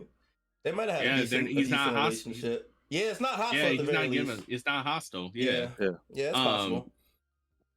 Also, so here's my prediction. I think what's going to happen is next chapter we're going to get like just straight narration bubbles of years of advancements that Rock's done, in terms of like maybe another couple of years he's done this, he's done that, all in speech and text bubbles done by the narrator. And then we're going to get he's going to have one last visit to Harold before he pretty much probably never goes back to Elbaf again, before he's like axed from the story. Right. And that is the moment That's where when the Loki Loki, interaction would happen. Yeah, I yeah, could see that. happened. I could definitely see I Yeah. think that. a very That makes sense. plausible That makes place for sense. that is before they go to God's Valley to get back whatever the treasure of Pirate Island is. He's probably like, you know what, man, was gonna be a big fight. Let's try and get Let me see if Harold I one can more get my time. guy. Yeah. Yeah. I think it could be that because Loki is also a bit older. In when we see that interaction where he like turns him down and he like fucks him up, he looks a little bit older than he is now. So it Yeah. could have been a big gap, which would fit the 10-year gap that is between now and God Valley. Mm-hmm. I think they said. I think I saw someone say was 14 at most, because he's like 60 something now, and Giants. He's 14 here. No, when he asks Rocks. We don't know to when that is. join- I don't think we know the time. Okay, I might have read something mistake. I read something somewhere. I But think might he's have been 14 mistaken. years. I think he's literally 14 years old now in the chapter we just saw, because he was born 63 years ago, and it's like that moment is 48 years ago. So it's like in that 15-year ballpark. I ain't gonna lie, I'm not doing all that math. You got it. That's fair. Yo. That's fair. Yeah, you got I it, think bro. you can trust me on Facts. this Yo, one. facts. You so right, bro. Yo. But Oh, man. Mister, you have this excerpt from Long Ring Longland that Yeah, Callie's yeah. seeing for the first time in his life. Yo, I need to go back and read Long Ring Longland now, because apparently Davy backs are an Yeah. important story element. That's tough. So yeah, real quick. So then Chopper asks Robin, "Who's Davy Jones?" And she replies, "He is a cursed pirate from ancient time that lives under the sea." And he's saying, he is living under the sea?" And it's like, it's a legend. He also takes all the ships and treasure that sink to the seafloor. And then saying that's scary. Davy takes whatever he likes from the sea, just like how the winner takes what he likes from the loser. So they named the game Davy Back Fight. Okay. So yeah. Well, yeah, this was. Well, I couldn't remember. I I didn't watch Long Ring Long Land, but I remember this excerpt, seeing it on either Twitter or YouTube or something. And so when Zebek said what he had said in the TCB, this is what I had automatically referred to and assumed that. But honestly, it's almost like even saying a worshiper of Davy Jones is not like, that doesn't sound like somebody that's on Davy Jones's crew. You know what I'm saying? That makes it, to me, it's given, especially after hearing the full extent context of how Robin explains who he is, it feels more like a cult religion type of Yes. thing. Yeah, Yeah. I agree. That's why I use the word follower. I feel like it's like he abides by what Davy Jones' values were in his time as a pirate. He's Facts. like, yeah, this is the feel way like- I want to live my pirate life or whatever. I do feel like follower can go synonymously with like just pirates in general a little bit, like Subordinates. Yeah, like- subordinates. Yeah, but I follower meant of your follower in like captain. the sense of like following like Islam or whatever religion you want. yeah, That's yeah, what I meant as well. yeah. No, but yeah, But I yeah, can definitely subordinate see is that. another word. Yeah, it's this is definitely a dope connection to make. We got, I don't know how many times Davy Jones has been mentioned, but he's been an afterthought throughout a lot of the series for sure. I think this is in the literally the third background. time ever Yeah, in our chapter. and it's always in passing. It's never like he's the focal point, or you know what I mean. It's always a passing comment about the legend of Davy Jones. So And I think also like the fact that again where it was brought up in this chapter cannot be like ignored. It was brought up right before his evaluation that he couldn't do anything to Emu. I don't think that's a it's a very specific and important moment, you know. So yeah, to there's bring something that to up that. with the first character to ever infiltrate one of the highest places in the world, like the flower room, like that's definitely something to take note of for sure. I agree. Yeah. Times, man. If there's Wild anything, times. Yeah, was there anything I else know, we we live wanted in to wrap up, talk about for the chapter? there is one thing I think on the where he's talking to Emu, that point where he says, I'll be back right here. To me, I read that and we've heard a ton of theories as to what makes Blackbeard special. I've never ever been a big fan of the multiple personalities, multiple souls type thing. But low key, the Saber of Zebek being his ship name, the I will be back. I've heard a lot of like clone ideas, which I don't like. I don't like clone ideas, but I do like, and something that would explain the ability to have two devil fruits, because we know devil fruits have to do with souls, right? Right. And the reason you explode when you have two is because you don't have enough to house the souls of the devil fruits. If Rox's soul was somehow transplanted to his son, that would explain how he could have two devil fruits, because you have the capacity of two souls. I think him saying "I'll be back" and could be literal. I would like that's where my mind went, even though like I kind of don't like it too much. I was wondering if you guys heard anything like that, or I was gonna say Wahas because I remember showing you I showed the whole chat a Blackbeard theory video that there your boy, right? No. Shade? Yeah, well, Shade put it wasn't his. He didn't make the video, but it was a video that he Yeah, but he had, sent it. right. And it theorized that Blackbeard is housing Zebek within his body in the same air as dude from Dressrosa, Cavendish And Hakuba. right. Yeah. And I remember you saying you didn't like that theory. It was a little outlandish. Yeah, it was, but now that he said this, I'll be back shit. I'm like, No, I'm seeing the connection and stuff. I 100% agree that him specifically saying "I will be back right here," like that is a very telling statement. Yeah. You know what I mean? Like one way or another. You know. And then It's possible. Oh, go ahead, Mister. I was just gonna say that because Cal, you brought up a good point in the chat when the chapter first dropped, and you were saying that it seems like Blackbeard learned everything that Rox did and like is doing better. Like he already captured Hashinosu. He has a crew full of powerful devil fruit users. You know, like he's righting the wrongs in a way that his father did. Yeah. So like, but how does he know that, right? So that's where, Yeah, and then yeah, that's yeah. where the whole Big Mom comes in, the soul fruit, and also the fact that why did Blackbeard not kill Moria for his fruit? Like they use them for a reason, right? So like, and we know that Moria brought people back to life with their shadows and shit like that. So I'm curious as to like how they tie in together.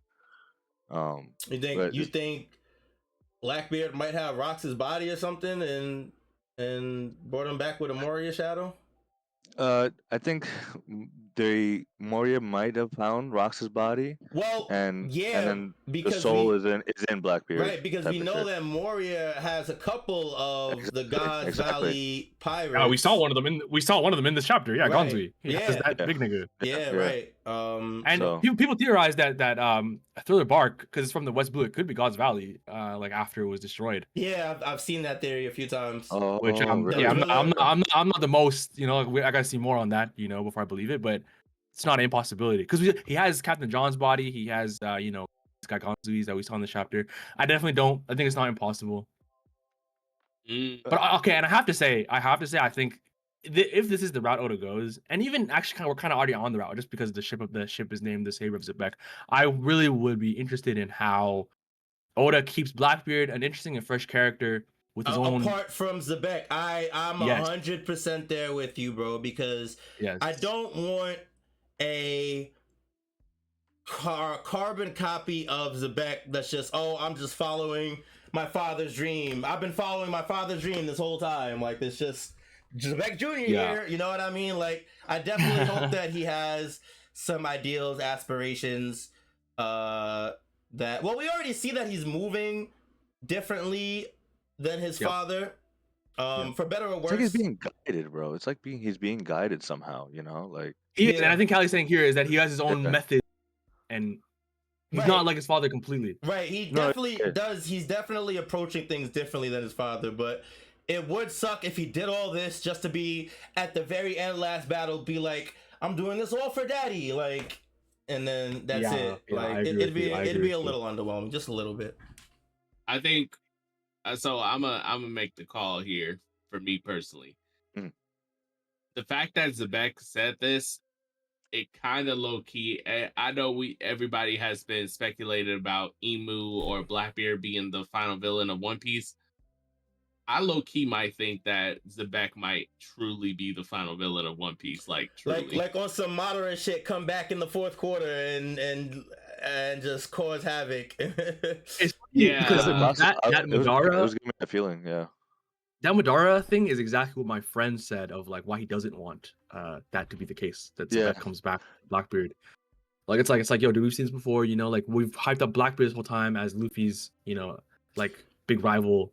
So let Blackbeard be Blackbeard, you know. I think there's definitely ways to do it, but I do think if he just generally brings Zebek back, like, oh, he's back, and just, you know, just comes back and starts wreaking havoc, I do think that would be a little bit derivative, specifically of Naruto, honestly, because that's like a Naruto thing. You got the big bad guy that's been in the background the whole time, the shadows, the whisper, the big bad, you ain't never heard of him, and then he actually manipulating his descendant. Yeah, literally, like it would literally be derivative straight from Naruto. I wouldn't be a fan of that. Here's the difference, though. Here's the difference. Naruto did not give indication of foreshadowing that whole thing. They only explained that after he got back of what happened and how that happened. Here we got context. We got context of who he was. We're going to give him even more backgrounds. This won't be the only background we get him in. We're going to get him in more backgrounds. We're going to get him in like just so many more different ways that it feels like Oda is slowly leaving breadcrumbs to like this being the case, because that line, I will be back right here. I ain't gonna hold you. I do not believe that when he says that, Oda is making it seem like he's going to be back right there through Blackbeard. I don't think he means like Blackbeard's my son, so therefore like that's the my same dream as over here. Yeah. Like I don't know if that will be the case. I agree. I agree. Yeah, but I think that there's ways to incorporate both sides. Like if you have through whatever method you have Zebek in Blackbeard's body, his soul split personality, whatever the case is. If Blackbeard storms into the flower room and then Zebek takes over, then you would still have Zebek back in that spot, even if it's through Blackbeard. Yeah. You I know still what I count mean? that as like. I still count that too as Zebek being back. I would count count that. No, okay, so that's we have a guess that's different because when I hear Zebek coming back, I think him fully reviving as his own person. Even if this instance where Zebek takes over, like it would be on some shit where Zebek is completely in control and Blackbeard's not coming back, then I'd be like, okay, Zebek is back. Not on some split personality switching between back and forth. I wouldn't necessarily say Zebek is back. Or he just takes over Blackbeard's body completely. Yeah, that's what I'm saying. Then? Yeah, no, that's what I'm saying. If he takes it over completely, Blackbeard can't come back, then Zebek is back 100%. You know what I'm saying? But like, if it's just on some personality switching back and forth shit, I don't know if I'd say Zebek is back necessarily, or technically he'd be back. But I guess from my perspective, I wouldn't say he's back because I guess I'm still comparing it to like Madara. Like Madara came back. Yeah. That man was in the flesh, killing thousands of niggas in 20 seconds. Like, that's what I would call back. You know what I mean? Yeah. That's just a lasting impression because of how iconic that scene was. But I mean, that was an example. I mean, in general, that was an example. But just in general, him coming back in the flesh and being his own being. You know what I mean? Well, yeah, like being back in the flesh. That's I get that. Me personally, I do count possession as being back just because.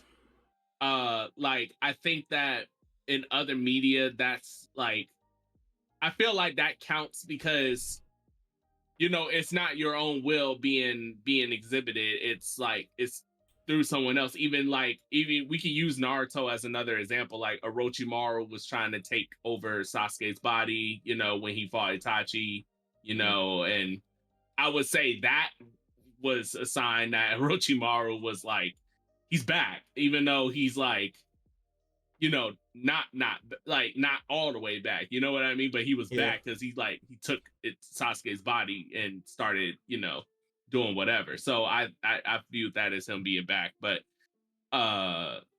you know, I mean, if he did that, I honestly would feel like, Zebek, he did what he wanted to do, and he's back here. Yeah, that's fair. I want to ask you guys, do you guys kind of like consider Rocks like the king of pirates right now? Like maybe unofficially, but like the first king of pirates because of everything that he's done? No. I actually, it's funny. I think Morge made a video saying like, yeah, Rox is the real pirate king. But I like, okay, to me, Rox is the strongest person post voice entry. I actually don't even think that's a question. I agree with that. I can agree with that. He is like not even close. Wholeheartedly, I agree with that. Especially if we believe literally Garp and Roger fought him 1-on-2. That is the craziest thing I've ever heard in my life, right?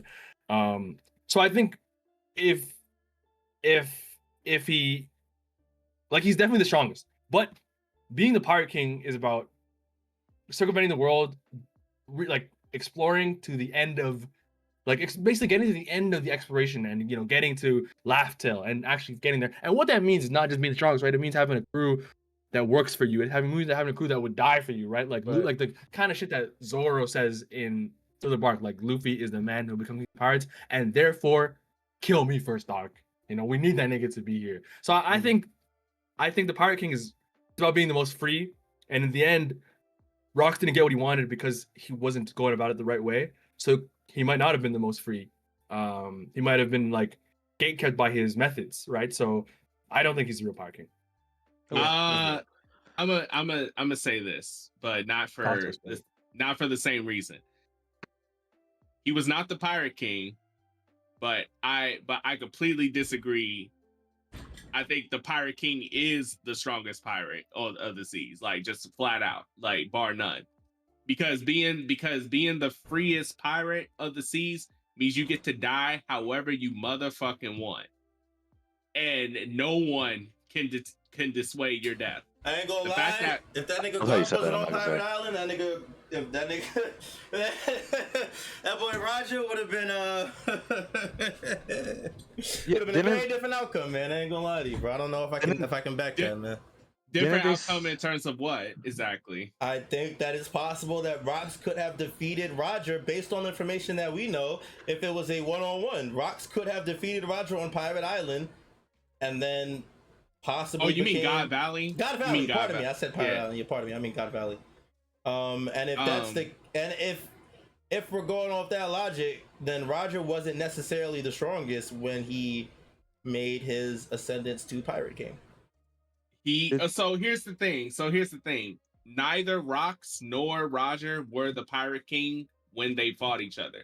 When I say Pirate King, I mean there's a level where you're undisputably the strongest pirate to me, and that wasn't Roger nor that was Rox when they fought each other. How was that That not was rocks neither when they of them. fought each other?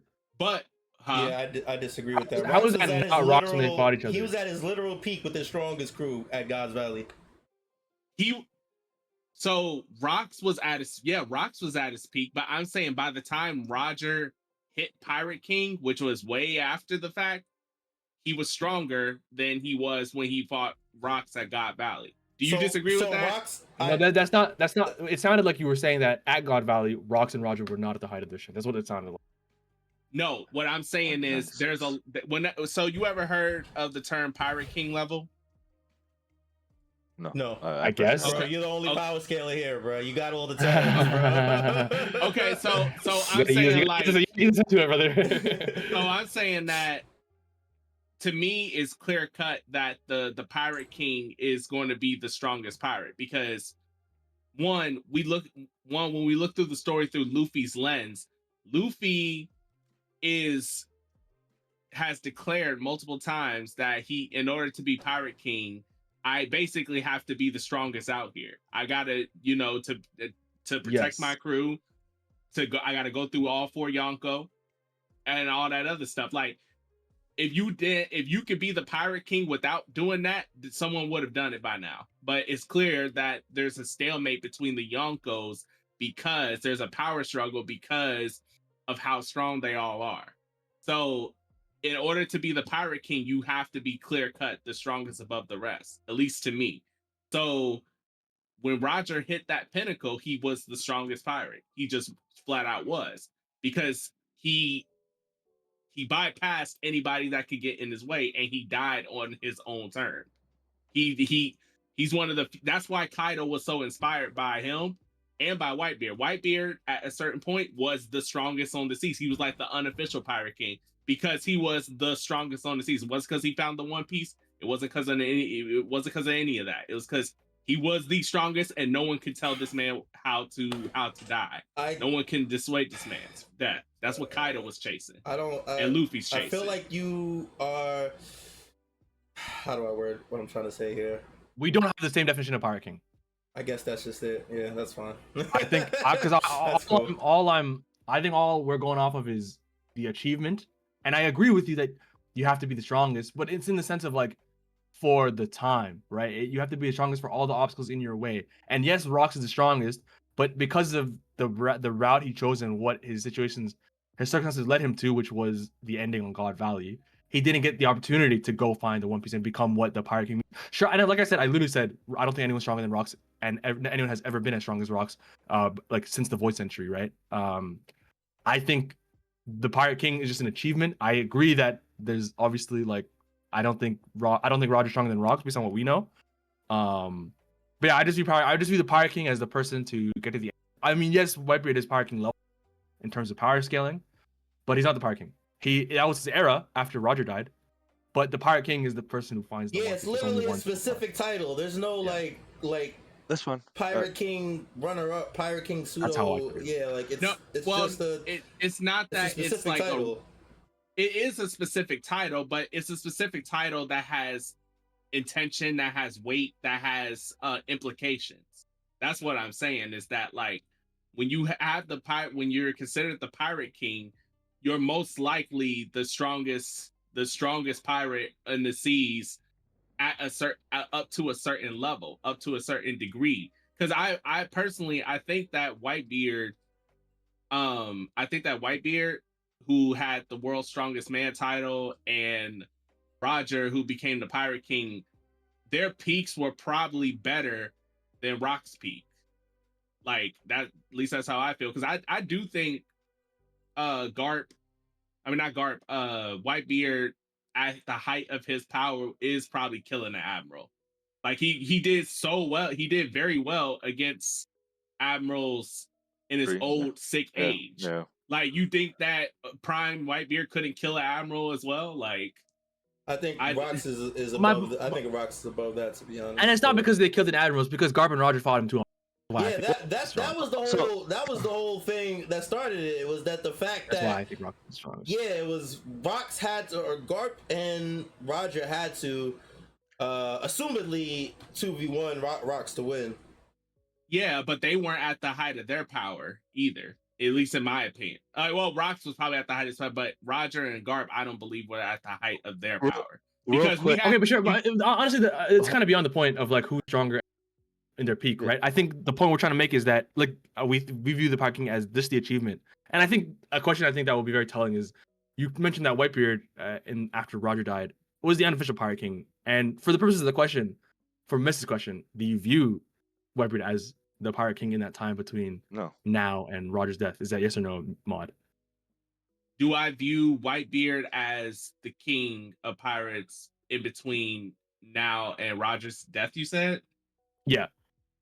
Unofficially, yes. And I say that because unofficially, because that nigga was again, not no I go damn back Pirate King. Oh my god, I'm sorry, go ahead.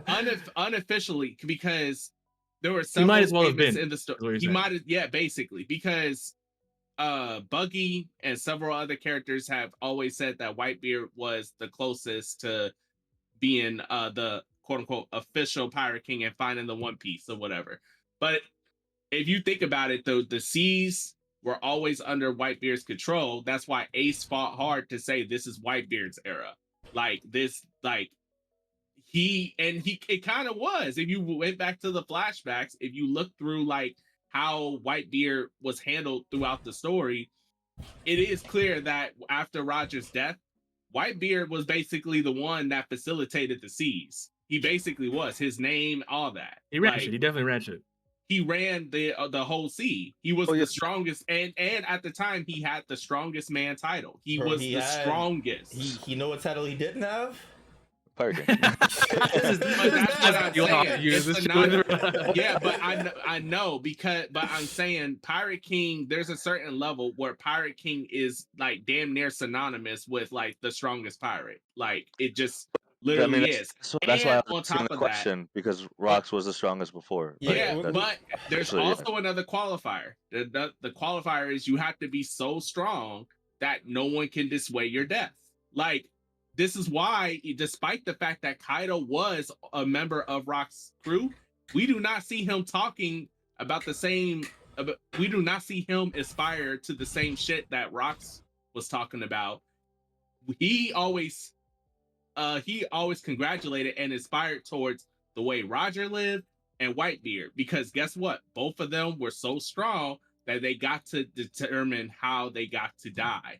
They were that strong. Kaido didn't view that with Rox. Otherwise, we would have seen him. And we know that he did view Rox in some type of way because he, like, you know, like I said, he was on his crew, Big Mom, you know, all them. So the thing is, though, it's like I agree with the fact that is one of the aspects of becoming the Pirate King, but having one aspect of the whole thing does not make the whole thing. You take one of 3 ingredients to make food and you try to make food with it, it's not going to be the same as having all of the ingredients for the recipe you're trying to make. You know what I'm saying? Like, Whitebeard, yeah, you're spinning. Whitebeard, he was the strongest man, and part of the Pirate King is being the strongest and being able to determine your death. I agree with that, but that's not all it is, so I can't give him that title or anything close to it. Because there is nothing close to it. It's just funny enough. I agree with you. All I'm saying is Rox lacked 1 out of 2 ingredients. He was not strong enough to determine how he got to die. He just wasn't. He lost to a Garp and Roger that was weaker than their primes. And I highly doubt. I don't know. I feel don't like know you're about making them that. sound like Garp and Rogers were scrubs at God Valley, bro. No, they were not scrubs. They Real were quick, not scrubs. They were not scrubs. They just were not at the height of their skill. Like and come on now, let's be real. God Valley was 38 years prior to the story. Roger's death was 22 years prior to the story. Are we really going to sit here and act like Roger and Garp did not get any stronger within the span of 15 years prior to them fighting Garp? No, that's fair. Are we going to act like that? Because here's the thing: Whitebeard had to have gotten stronger. We can use Whitebeard. Yeah. Whitebeard had to have gotten stronger because he's matching with Roger now at a certain point. That's So that fair. means he surpassed Rocks Well- up to a certain degree. Okay, well, real quick, because I pulled up God Valley when we first saw them show up God Valley in chapter 1096, and I don't know, it seemed like the Roger pirates did fight the Rocks pirates before, because Roger makes the comment of, "It's been a whole year. Do you have any idea of how I felt this whole time?" Because he was hurt during that time apparently, and they believe it's because of he had fought Rocks and lost. That's why he needed. That's why Garp being there was a big thing. And that's why they were able to beat him because Wait, I is think- that I think- confirmed? Is that No. I think it's a big idea, but I think like there's something that There's- Rocks did or took or claimed or something that has him feeling this way. I don't know if we can assume that he like, you know what I mean? I feel like I don't know. I just feel like it feels like it's more like he took something from me. But again, it's like but you we feel don't like they have history and the history is in Rox's yeah. favor. exactly that's what I'm getting Yeah, at. But okay. yeah. So and then another thing which I thought was interesting, when you go back and you see like the Rocks pirates, they're talking about getting the devil fruits, but Whitebeard mentions like I just know that full Rocks will lose sight of the goal. So it seems like Rocks had another goal while the Rocks pirates were there for what I believe was the devil fruits. Yes. But is he not So- talking about the devil fruits? Whitebeard is, but that's what he's saying. Like I just know that full Rocks will lose sight of that the goal. goal? And, yeah, Well, oh, go ahead. No, go ahead. I'm sorry. and then just that real quick at the end of that, we see the panel of like after Kuma's talking to Saturn, and then we see all of God Valley, like someone was clashing and it says, "Wait, Rocks, out of my way, Roger." So like they didn't fight like I feel like Roger wasn't there to like fight him just yet. Like he wanted like like hold up, there's something like there's more to it, and but then they clash because Rocks is on like he's on something, like he lost like whatever goal that he's on something else that we just don't know about yet. Yeah. Like, can I agree with do that. think like Come on, there's we two wouldn't goals to understand. God I know what you Valley. mean. Yeah. So Yeah, those are some really important text bubbles. I completely forgot. Yeah. Yeah. It's definitely a lot to digest for sure. We ended up in a whole combo about the Pirate We King. did, Like we did. it gets real, man. I actually, Mod, I will say I definitely thought about it more. Like like they definitely got a lot stronger. I don't know if I have definitive. I wonder in the end who was the strongest pirate. Right. All Yeah. I'm saying is I feel like there's a level where that Kaido inspired for to be able to die on to have a legendary death, to die on his terms, even though I know it wasn't expanded on well in Wano, but the fact it remains, it was there. And the fact also remains is he never said anything about how Rocks died was grandiose or important and stuff because he was left out of the history books and everything like that. The strongest pirates are usually the ones that make the most impact on the whole world. And the fact that Rocks can be erased means that even though, like, yeah, he was strong, one of the strongest pirates at the time, he didn't hit to a level of strength that would require that he be remembered, is all I'm saying. And Rocks, not Rocks, but Roger and Whitebeard did. That's why he inspires towards what they do, and try to imitate them. And I think that takes a level of just takes a level of strength that I don't think Rocks achieved. Yeah, that's definitely fair. All right. Any last questions, comments, concerns? Yeah, we ran this one into the ground. I ain't gonna lie. One Piece, man. One Piece. Bro, when we're on like Laugh Tale and Marie Joie, bro, we're gonna be doing fucking. Yeah, no, we're gonna be here a while, man. I ain't gonna lie, I'm gonna clear my schedule that day. Yeah, for real. All right, yo, big shout outs to everybody that was in chat today. Chat was popping today, man. Everybody in the Twitch chat, we appreciate you guys, man. Yo, some Dragon Ball legends, like some OG, like Dragon Ball. Some OG legends in here. We appreciate you guys. That was dope. You guys Twitch and YouTube. We had a few YouTubers too. Yeah. If you guys aren't here live, you need to make sure you're here live every Sunday. Come check us out. Come chat with us. Yap with us. Talk with us. All that good stuff. You know, we here to chat.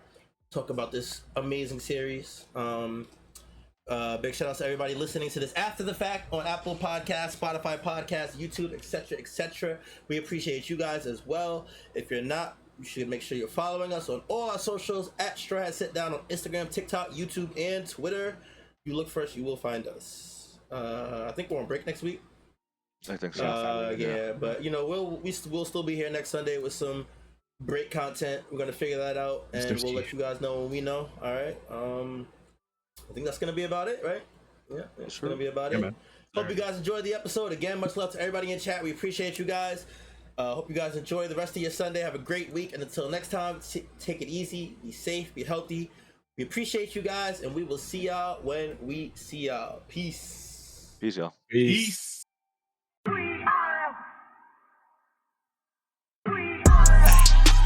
Who gon' get down? We are.